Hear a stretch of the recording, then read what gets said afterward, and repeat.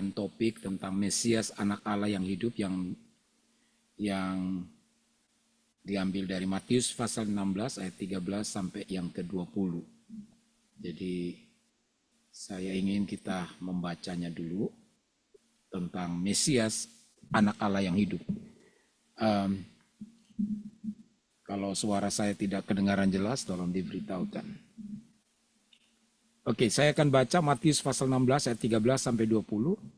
Setelah Yesus tiba di daerah Kaisarea Filipi, ia bertanya kepada murid-muridnya. Kata orang, siapakah anak manusia itu? Kata orang, siapakah anak manusia itu? Jawab mereka, ada yang mengatakan Yohanes Pembaptis, ada juga yang mengatakan Elia, dan ada pula yang mengatakan Yeremia atau salah seorang dari para nabi. Lalu Yesus bertanya kepada mereka, tetapi apa katamu, siapakah aku ini? Maka jawab Simon Petrus, engkau adalah Mesias, anak Allah yang hidup. Jadi Yesus bertanya secara pribadi, pendapat, pengetahuan, pengalaman, keyakinan dari Simon Petrus. Dia bertanya, tetapi apa katamu, siapakah aku ini? Jawab Simon Petrus, engkau adalah Mesias, anak Allah yang hidup. Kata Yesus kepadanya, berbahagialah engkau Simon bin Yunus, sebab bukan manusia yang menyatakan itu kepadamu, melainkan Bapa-Ku yang di sorga. Dan aku pun berkata kepadamu, engkau adalah Petrus, dan di atas batu karang ini aku akan mendirikan jemaatku, dan alam maut tidak akan menguasainya. Kepadamu akan kuberikan kunci kerajaan sorga, apa yang kau ikat di dunia ini akan terikat di sorga, dan apa yang kau lepaskan di dunia ini akan terlepas di sorga. Lalu Yesus melarang murid-muridnya supaya jangan memberitahukan kepada siapapun bahwa ia Mesias.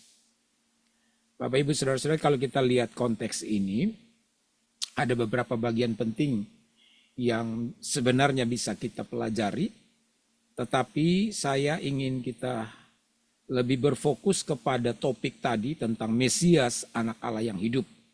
Jadi kita tidak akan membahas tentang identitas baru yang Yesus cematkan pada Petrus, meyakinkan Petrus setelah dia menjawab dari keyakinannya tentang siapakah Yesus. Dia berkata, engkau adalah Mesias anak Allah yang hidup. Lalu kemudian pada ayat yang ke-17 itu Tuhan Yesus bilang kepada Petrus, engkau berbahagia karena hal itu bukan manusia yang nyatakan kepadamu, melainkan Bapa-Ku di sorga. Dan sejak itu dia berkata, dan aku berkata engkau adalah Petrus. Simon tadi namanya, dan Yesus memberikan gelar, termasuk di sini memberikan sebagai suatu ekspresi atau realisasi dari identitas Simon itu sendiri. Engkau adalah Petrus. Nah, yang bagian ini kita tidak akan bahas di situ karena kita akan lebih fokus kepada Mesias, anak Allah yang hidup.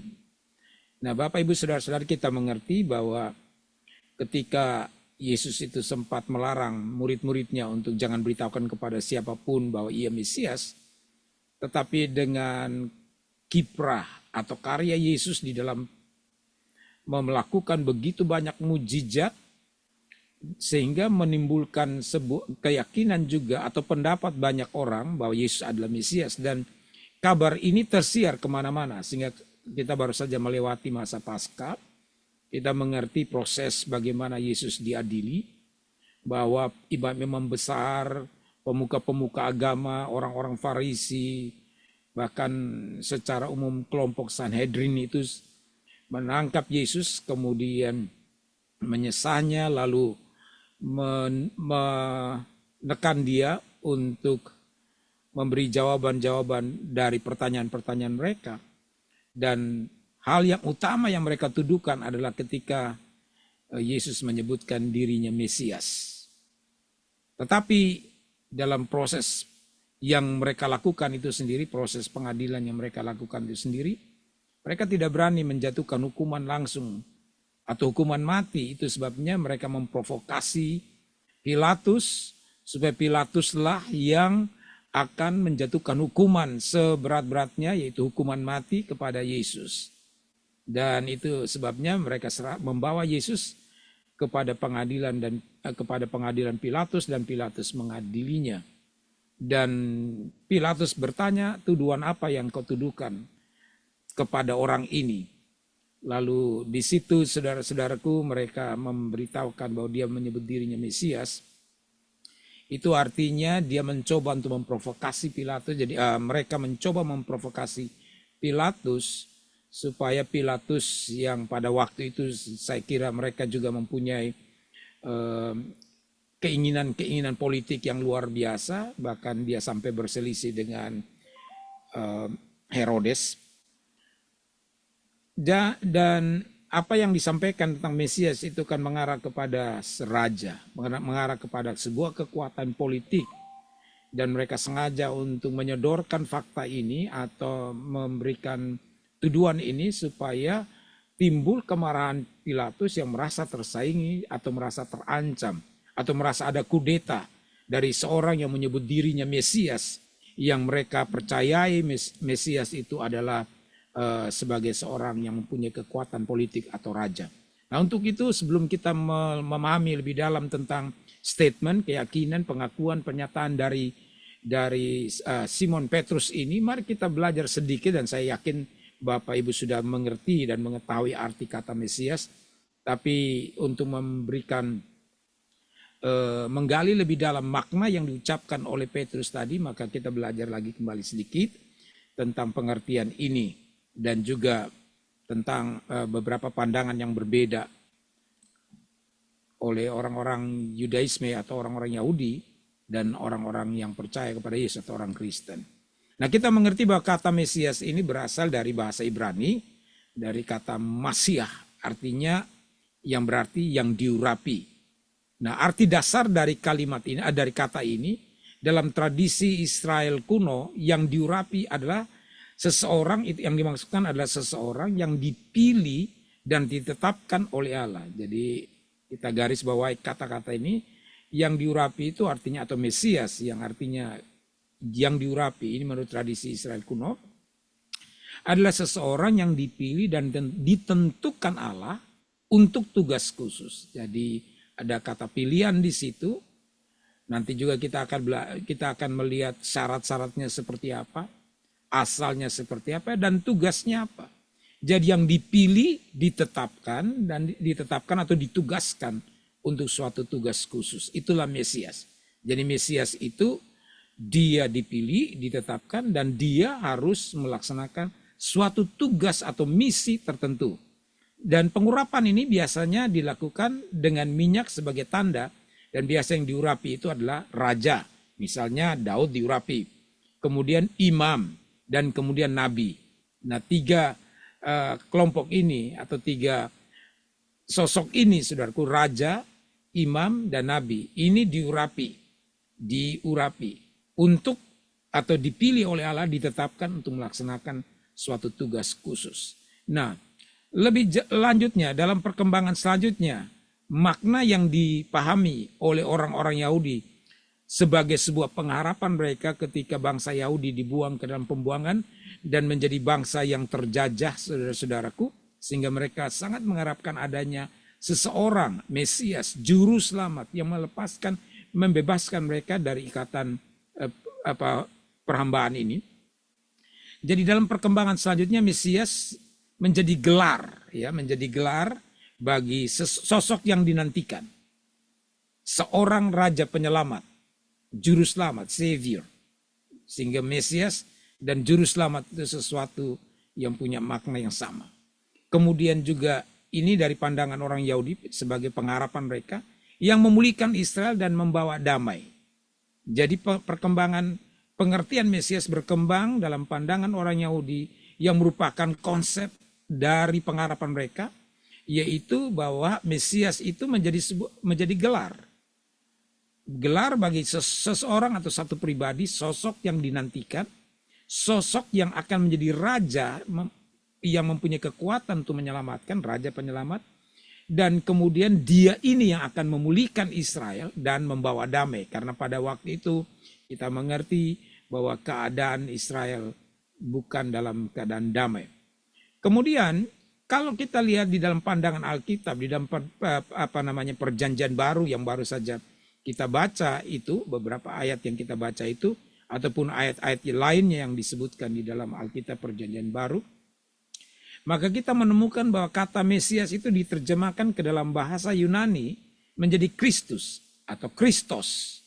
Mesias dalam Ibrani Masiah, tapi dalam bahasa Yunani diterjemahkan kata ini menjadi Kristos atau Kristus. Jadi kita percaya bahwa Mesias itu adalah Yesus Kristus. Yesus Kristus, Yesus penyelamat yang diurapi, yang dipilih, ditentukan Allah untuk melaksanakan sebuah tugas khusus.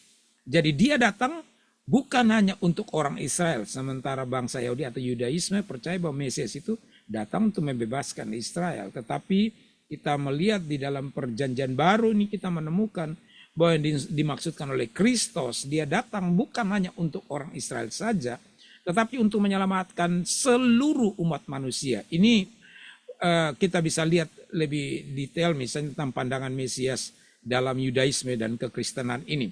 Jadi dalam pandangan agama Yahudi atau Yudaisme, Mesias itu adalah seorang manusia biasa, bukan ilahi. Dia manusia.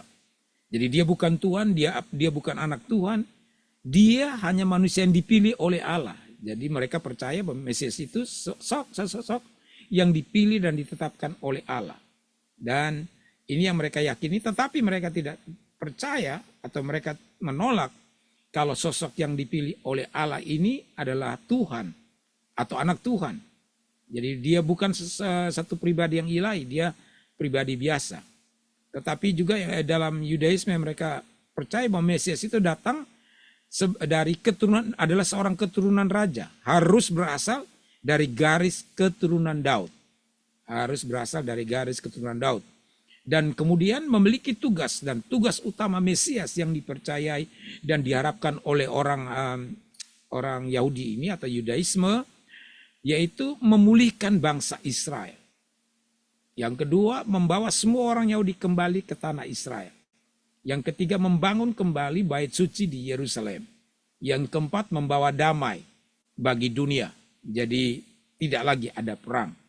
Sehingga bagi orang-orang yang saya banyak lihat ya yang menjelaskan tentang situasi Timur Tengah, tentang perang dan sebagainya, seringkali terlalu cepat untuk memberikan kesimpulan-kesimpulan. Begitu mereka lihat, oh perang akan berakhir, Yesus datang gitu. Mereka mengharapkan minggu nanti atau minggu depan berikut Yesus akan datang. Karena memang kalau kita menarik garis dan menyamakan dengan pandangan Yudaisme ini atau orang Yahudi ini, kita bisa melihat bahwa tugas utama yang dilakukan oleh Mesias ini adalah memulihkan bangsa Israel, kemudian membawa semua orang Yahudi kembali ke tanah Israel. Jadi diaspora Yahudi yang menyebar di seluruh dunia ini akan kembali, kemudian membangun bait suci di Yerusalem. Dan ya kita lihat sekarang orang boleh bicara tentang persiapan-persiapan pembangunan bait suci di Yerusalem. Kita tidak bicara seperti itu, tapi kita akan melihat dan akan menegaskan, menguatkan pengertian Mesias tadi. Bahwa kalau orang Yahudi percaya bahwa dia akan memulihkan bangsa Israel, kita percaya bahwa Yesus datang untuk memulihkan kehidupan kita secara spiritual, jadi bukan secara fisikal saja. Kemudian membangun bait suci, kemudian membawa damai dunia atau tidak ada perang. Nah, di sini kita akan melihat apakah kata Mesias yang diakui, diungkapkan oleh Petrus itu pas, cocok, bisa disematkan pada Yesus. Apakah Yesus sudah membawa damai sehingga tidak ada lagi perang? Tetapi kelihatannya kita bisa melihat bahwa perang berkepanjangan yang sampai saat ini masih belum benar-benar selesai di Timur Tengah antara Iran dan Israel dibantu oleh Amerika, dan juga mempunyai dampak kepada negara-negara Arab lainnya. Bahkan kemarin saya baca itu Dubai itu bisa hancur, bisa bangkrut total karena diserang dengan misil yang begitu banyak, saudara-saudara, sehingga gedung, kita tahu gedung di Dubai yang tinggi-tinggi, yang keren-keren itu menjadi sasaran roket dan sebagainya, hancur berantakan. Jadi apa yang diyakini dengan kita melihat kenyataan tadi, maka kita bisa mengambil kesimpulan penting bahwa menurut Yudaisme, Mesias belum datang. Karena tanda-tanda tersebut belum sepenuhnya terjadi, belum terpenuhi. Jadi, tetapi kalau kita yang percaya kepada Alkitab ini, khususnya ditulis dalam Perjanjian Baru, di dalam Perjanjian Lama juga ada nubuatan-nubuatan. Kalau kita punya waktu, saya akan melihat begitu banyak nubuatan yang tergenapi, yang mengarah kepada datangnya Mesias yang digambarkan atau yang ditulis dalam Perjanjian Lama itu menjadi sebuah kenyataan yang terjadi di dalam Perjanjian Baru ini. Nah, pandangan kita sebagai orang Kristen, Mesias itu adalah Yesus Kristus itu sendiri. Diakui sebagai Mesias yang dijanjikan. Yang dijanjikan di mana? Yang dijanjikan di mana? Yang dijanjikan yang sudah diungkapkan. Misalnya di dalam Yesaya, kitab Yesaya dan segalanya yang diungkapkan di dalam Perjanjian Lama berisi nubuatan-nubuatan luar biasa. Dia juga disebut Kristus atau Kristos yang artinya sama, yang diurapi. Dan menurut kita semua yang percaya kepada Tuhan, seperti apa yang diungkapkan oleh Petrus, dia bukan hanya manusia, tetapi dipercaya sebagai anak Allah.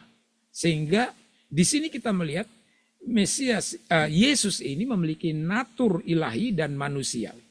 Jadi ilahi dan manusia. Sedangkan pandangan Yudaisme tidak ada hal yang ilahi di dalam seorang Mesias itu, dia hanya manusia biasa. Walaupun dia harus berada pada garis keturunan seorang raja. Dan misi utama, setelah kita melihat misi utama yang harus dilaksanakan oleh Mesias, Yesus Kristus, adalah menyelamatkan manusia dari dosa.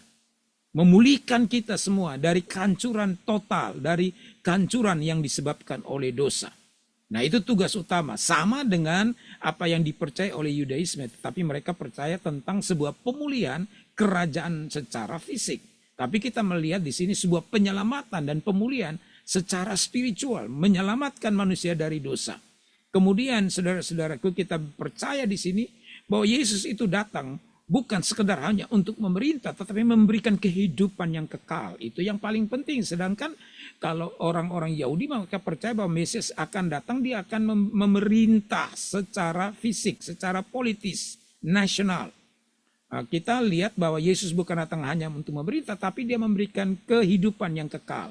Kemudian dia memulihkan hubungan manusia dengan Allah. Yudaisme percaya memulihkan hubungan atau mendatangkan damai sejahtera secara fisik, memulihkan kondisi situasi Israel. Nah, kemudian kita lihat bahwa kerajaannya saudara-saudaraku bukan kerajaan secara politis, ya, bukan kerajaan politik, tapi kerajaan rohani di hati manusia, ya, kerajaan rohani di hati manusia. Kemudian tentang masa depan, Yesus akan datang kembali, second coming. Nah, kemudian baru pada saat itu damai yang sempurna itu akan terjadi. Nah, ini terjadi perbedaan antara pandangan Yudaisme dan pandangan kekristenan. Pandangan Yudaisme karena beberapa nubuatan yang mereka yakini itu belum pas dalam pribadi Yesus, karena mereka memikirkan lebih kepada kekuatan politik dan beberapa hal lainnya, sehingga mereka lihat bahwa Mesias itu belum datang. Ya, kita udah percaya bahwa Mesias sudah datang dan akan datang kembali. Nah, pada waktu Yesus datang baru pada saat itu damai sempurna. Sedangkan bagi orang Yahudi, mereka memiliki ekspektasi yang berbeda. Orang Yahudi menantikan Mesias sebagai raja politik, kekuatan politik, pembebas dari penjajahan itu, dan pada saat itu kerajaan Romawi.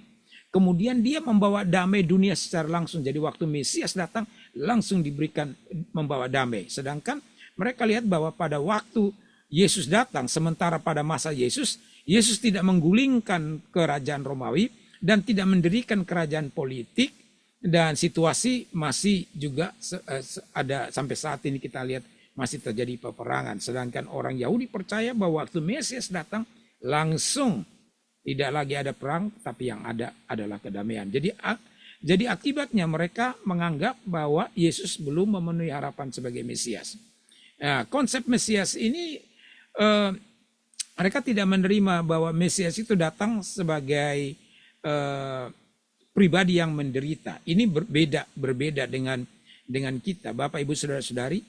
Kalau kita percaya bahwa kedatangan Mesias yang pertama kali adalah untuk menjadi juru selamat, dan untuk menjadi juru selamat dia harus menderita. Sedangkan orang Yahudi tidak percaya itu.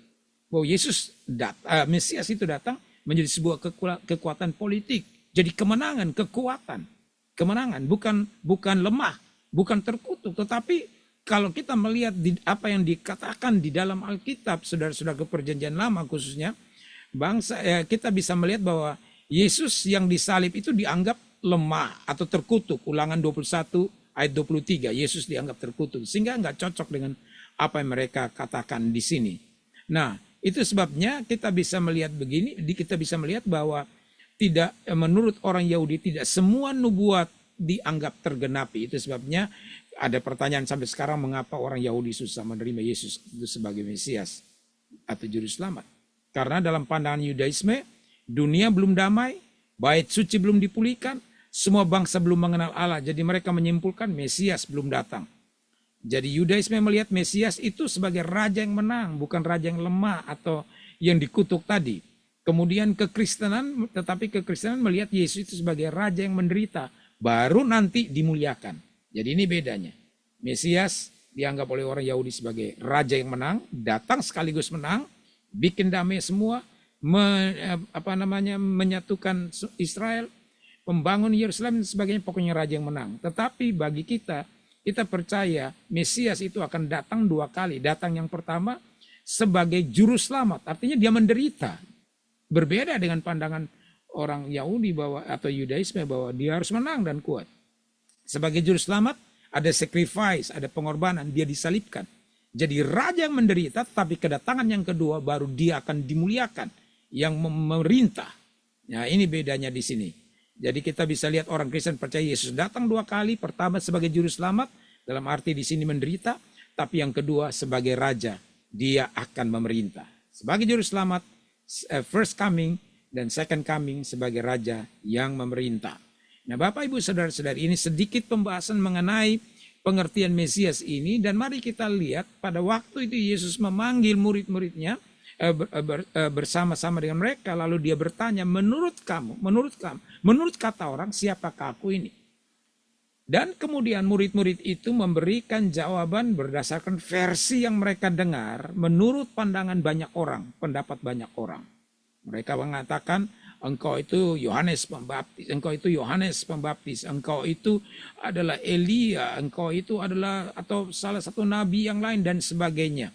Nah, Bapak Ibu Saudara-saudari, ini sebuah pertanyaan yang Yesus ajukan kepada murid-muridnya dan mereka menjawab secara general berdasarkan apa yang mereka ketahui. Saya garis bawahi kata berdasarkan apa yang mereka dengar atau berdasarkan apa yang mereka ketahui. Tapi kemudian Yesus bertanya kepada mereka secara individu, secara personal, secara pribadi, menurut kamu siapakah aku ini? Dan Petrus langsung cepat menjawab, engkau adalah Mesias, anak Allah yang hidup. Nah, kita perhatikan di sini jawaban Petrus, dia tidak hanya menyebutkan engkau adalah Mesias, karena bisa terjadi salah pengertian di sini. Dari sudut pandangan Yahudi, kalau engkau adalah Mesias, berarti mereka cuma melihat bahwa Yesus akan datang sebagai raja mempunyai kekuatan politik, kemudian membebaskan bangsa Israel dari penjajahan Romawi, lalu kemudian memulihkan kondisi atau situasi Israel, memberi damai dan membawa orang-orang yang tersebar atau diaspora Israel itu datang berkumpul. Kalau Petrus hanya berhenti sampai dengan berkata Mesias.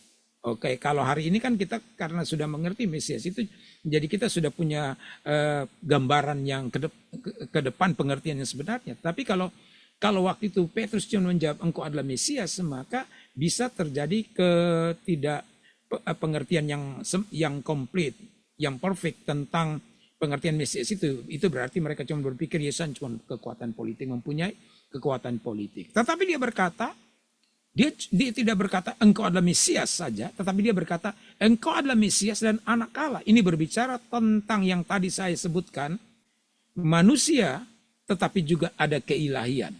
Mesias bagi kita yang dikatakan di dalam firman Tuhan ini, di dalam Alkitab, adalah seorang juru selamat yang bukan hanya datang memerintah secara fisik, tapi memberikan pemulihan bukan secara fisik saja, bukan menyembuhkan kita dari sakit penyakit saja, tapi memulihkan kita dari kondisi spiritual atau yang kita sebutkan dengan keselamatan yang kekal, kehidupan yang kekal. Ini hal yang luar biasa Bapak Ibu Saudara-saudari. Tapi yang menarik di sini, karena kalau saya bahas tentang ini kita sudah tahu semua. Ya, Mesias kita ngerti, anak Allah kita mengerti, juru selamat kita mengerti. Tetapi saya ingin kita melihat pada hal yang lebih lagi, lebih dalam lagi makna yang kita bisa pelajari dari statement atau pengakuan dari Petrus ini. Bapak Ibu Saudara-saudari, Joe Strobel adalah seorang ateis yang sangat tidak percaya. Dia seorang peneliti, dia seorang ahli yang luar biasa, dia seorang yang kemudian melakukan penelitian, tetapi istrinya itu satu waktu percaya kepada Tuhan Yesus Kristus dan menjadi seorang yang sangat beriman. Kemudian suami ini sangat tidak senang. Lalu dia berkata, aku akan membawa semua bukti, aku akan melakukan penelitian lebih tajam dan akan membawa bukti-bukti kepadamu supaya engkau kembali untuk meninggalkan keyakinanmu yang bodoh itu, kata Strobel ini. Lalu kemudian dia mulai melakukan penelitian, dia mulai melakukan kajian-kajian dengan pikiran-pikiran tadi yang skeptis dan ateis itu. Tetapi apa yang terjadi Bapak Ibu Saudara-saudari ketika dia melakukan penelitian, bukannya dia mengubah istrinya untuk kembali menjadi ateis, tetapi dia sendiri akhirnya mengambil keputusan untuk percaya kepada Tuhan Yesus Kristus dan dia datang kepada istrinya, aku sudah melakukan penelitian dan ternyata aku menemukan bahwa Yesus itu memang anak Allah, Yesus itu memang juru selamat. Sehingga dia menyerahkan hidupnya percaya kepada Yesus. C.S. Lewis kita mengerti, dia juga seorang ateis yang dengan gigih menentang tentang keilahian dari Yesus Kristus.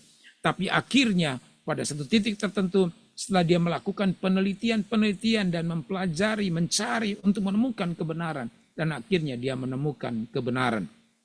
Setiap orang yang datang untuk mencari kebenaran dengan hati yang tulus, mencari kebenaran pasti menemukan kebenaran. Banyak orang belum menemukan kebenaran karena mereka sebenarnya mencari pembenaran. Dalam arti mereka ingin mempertahankan pandangan mereka sehingga mereka tidak terbuka kepada kebenaran-kebenaran yang mereka temukan. Mereka cuma mencari poin-poin tertentu, hal-hal tertentu untuk meneguhkan apa yang sudah ada dalam pikiran mereka, apa yang menjadi keyakinan mereka. Itu sebabnya kita susah untuk percaya kepada Tuhan kalau kita hanya datang dengan pemikiran-pemikiran kita sendiri dan mencoba mencari sesuatu untuk mendukung, untuk mencocokkan, untuk menguatkan sanggahan atau argumen-argumen kita. Karena itu kita bisa melihat di sini ada hal yang jauh lebih penting dari sekedar memahami Mesias itu dan memahami Yesus adalah anak Allah, saudara-saudaraku. Sekedar kita tidak hanya sampai di situ, tapi mari kita melihat apa yang menjadi kebenaran yang kita pelajari sekarang ini. Saya mau menggunakan bahasa yang sangat sederhana di sini. Ketika Yesus bertanya kepada murid-muridnya, menurut orang siapakah aku ini? Apa maksud kalimat menurut orang? Ini artinya Tuhan Yesus ingin tahu pendapat, statement dari murid-muridnya berdasarkan pendapat orang. Atau apa yang mereka ketahui. Apa yang mereka ketahui. Bapak Ibu Saudara-saudari, keyakinan kita kepada Tuhan Yesus Kristus, pembuktian iman kita dan kesetiaan kita kepada Kristus, Yesus Kristus, itu tidak hanya berhenti sampai kepada apa yang kita ketahui. Kan itu pendapat orang. Kalau pendapat orang itu apa yang kita ketahui. Keyakinan kita kepada Tuhan bukan berdasarkan apa yang kita ketahui, bukan apa yang kita dengar, bukan apa kata pendapat orang, tetapi Yesus kemudian bertanya secara pribadi. Oke, secara general kamu sudah sebutkan, orang bilang aku ini adalah Elia, aku ini adalah Yohanes, aku ini adalah salah satu nabi. Tapi menurutmu secara pribadi, ini hal yang sangat penting. Sebab Yesus tidak ingin mendapatkan jawaban secara general yang berdasarkan apa yang kita ketahui, apa yang kita dengar, apa yang kita tangkap dari pendapat orang. Ya, bukan apa yang kita ketahui, tetapi apa yang kita percaya. Kekristenan itu di sini. Kekristenan yang sejati, ada banyak orang saudara-saudaraku, mungkin mereka pelajari teologi, tetapi kalau kita mengerti tentang Mesias dan anak Allah, itu tidak sekedar berdasarkan pengetahuan teologi kita, tapi pengalaman kita dan keyakinan secara pribadi. Jadi kekristenan sesungguhnya bertitik tolak bukan kepada apa yang kita ketahui. Saya yakin kita semua ketahui banyak firman Tuhan. Tetapi mengenai iman dan keyakinan kita kepada Tuhan itu sangat personal, sangat pribadi. Bukan pendapat orang, tetapi pendapat pribadi. Jadi kalau kita bicara apa yang kita ketahui itu adalah pendapat orang. Apa yang kita dengar dari orang lain. Apa yang kita pelajari dari sumber-sumber yang lain. Tetapi iman kita adalah apa yang kita percaya. Bukan apa yang kita ketahui, tapi apa yang kita percaya. Karena belum tentu apa yang kita ketahui itu adalah apa yang kita percaya. Tetapi apa yang kita percaya itu bisa termasuk apa yang kita ketahui. Jadi semakin banyak kita mengenal tentang istilah-istilah atau pelajaran-pelajaran di dalam teologi atau buku-buku kekristenan, itu apa yang kita ketahui, tapi itu belum tentu menjamin itu adalah apa yang kita percaya. Karena apa yang kita ketahui adalah berdasarkan pendapat orang, tetapi apa yang kita percaya itu berdasarkan pendapat pribadi, atau dengan kata lain keyakinan pribadi, bukan keyakinan orang lain. Nah, ini yang saya katakan menarik di sini ketika Yesus bertanya kepada Petrus, menurutmu siapa? Artinya Tuhan ingin mendapatkan sebuah cetusan, ekspresi pendapat pribadi, keyakinan pribadi. Artinya yang kamu percaya itu apa? Bukan yang kamu ketahui. Jadi kekristenan tidak bicara tentang berapa banyak yang kita ketahui, tetapi berapa kuat yang kita yakini. Itu ada sebuah kekristenan. Demikian juga kita belajar sekarang tentang Mesias dan Yesus Kristus sebagai juru selamat pribadi yang menyelamatkan, yang melakukan mujizat sampai saat ini dan dia tidak berubah dari dulu hari ini sampai selama-lamanya, yang melakukan pemulihan, yang membuat kehidupan kita berdamai, mendamaikan kita dengan Allah, rekonsiliasi kita dengan Tuhan melalui penebusannya, sehingga kita dapat melihat kekuatan dan eksistensi dari Mesias sebagai sang juru selamat dan anak Allah yang hidup itu hidup dalam kehidupan kita. Dan saya berharap ini akan menolong kita sekali lagi, Bapak Ibu Saudara-saudari, bukan karena kita ketahui banyak hal, itu menunjukkan bahwa kita percayai. Tetapi mari kita melakukan apa yang kita percayai, bukan saja apa yang kita ketahui. Kita menyatakan pendapat pribadi kita, keyakinan pribadi kita. Dan itu yang Tuhan ingin. Tuhan mau ada dari kehidupan kita. Tuhan Yesus memberkati kita. Saya kembalikan kepada Ibu Ayu. Terima kasih, Pastor.